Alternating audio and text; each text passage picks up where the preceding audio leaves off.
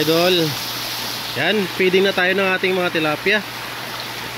Yan, ganun yung mga tilapia natin. Wow, ayan o. Wow. Ayan, doon sila nagkakagulo sa gitna o. Yan, feeding na tayo ng ating mga tilapia mga idol. So, yan, kapag gumagamit tayo ng solar, pinapandar po natin yan. So hindi pa naman nalobat yung solar natin kahit umulan po ngayon. So ito lang yung advantage ng mayroong atip kaganyan mga idolo, kasi kahit umuulan pwede tayong magpakain. Pero kung walang atip tayo na UV plastic, hindi tayo pwedeng magpakain kung umuulan kasi ayaw nilang kumain. Yan yung ating mga tilapia. Yan hanggang doon. So 2,500 po ito siya mga idol. Yan, 9 square meter lang. Oh.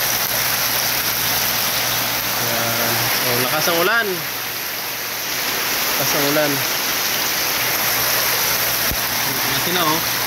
So, mag-average body weight po tayo sa kanila mga idol later on, para malaman natin ngayong ika-day 83 kung ilan na yung kanilang mga timbang. Yan.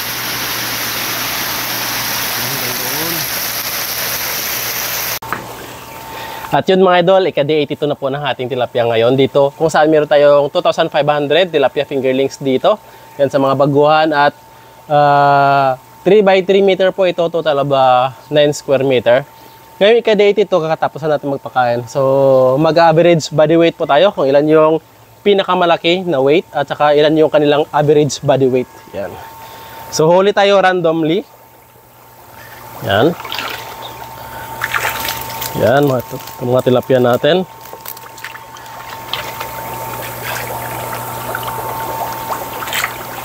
Ay, ano tayo nakuha?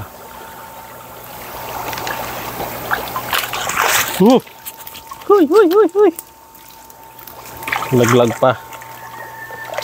Yan, yung mga malaki, mabilis.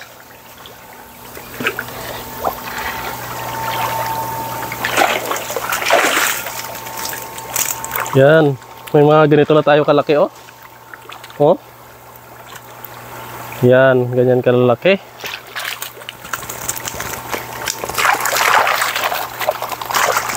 Alright, ops, ops. Hoy. Hoy. Tumalon, tumalon. Ay. Tumalon.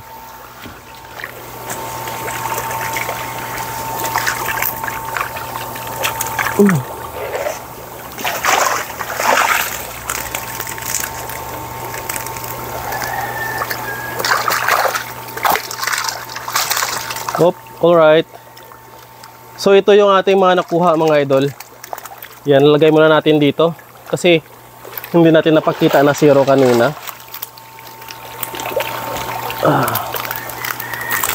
Yan. So ito yung ating tawag niyan. Ay, may nalaglag pa.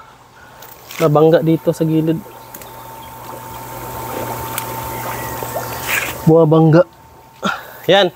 So, ito po mga idol, isiset natin sa zero. Makita ba? Yan. Yan, oh. Almost zero. Nagalaw kasi yung tubig. Yan. May kunting diferensya lang. Yan. Almost zero na mga idol. Ito yung ating mga nakuha, oh. Yan. So, titingnan natin kung ilang timbang nila. Woo! Yan. Ano yung mga tubig natin natapon.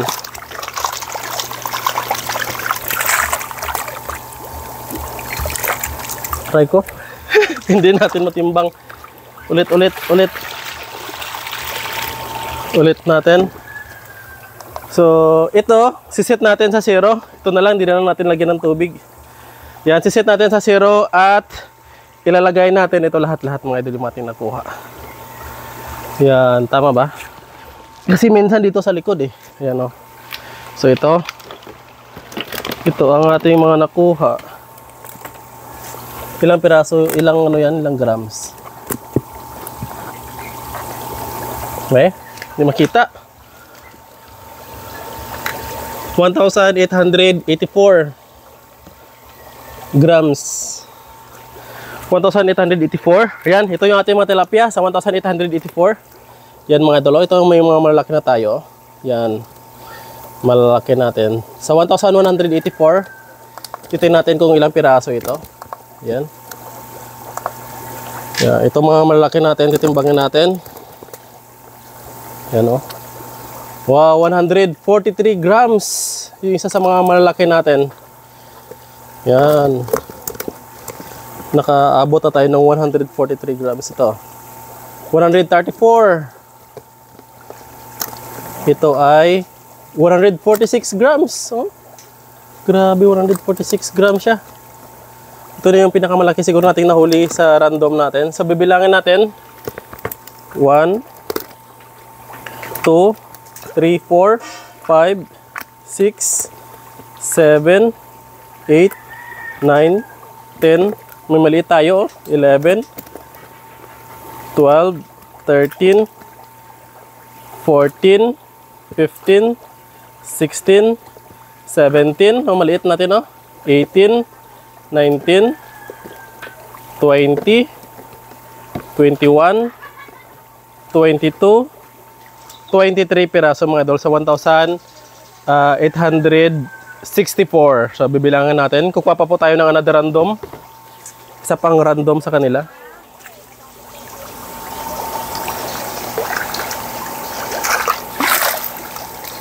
Yan. Lagyan muna natin ng tubig para hindi sila ma-stress.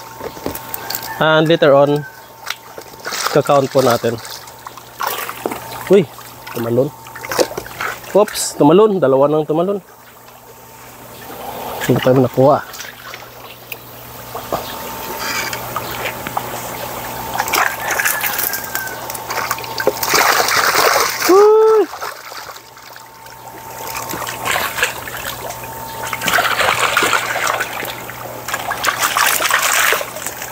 Uy, tumalon yung isa. Yan. So, lagay pa natin dito. And, ka-counting po ulit natin ito. Yan. So, 0 na po yan siya. Bibilangin natin to. Yan. Ilan yan? 964. So, 964 natin. Ilang piraso? 1,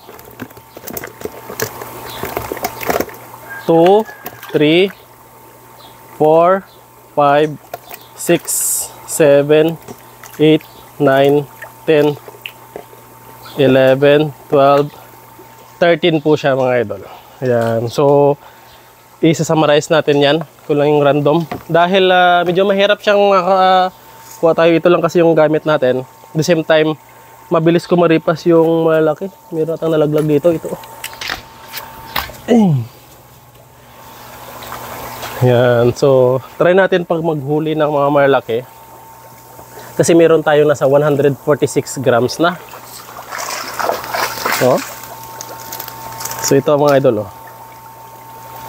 Marami tayong mga malaki. Yan. Yan. So, ito siya. Another random natin.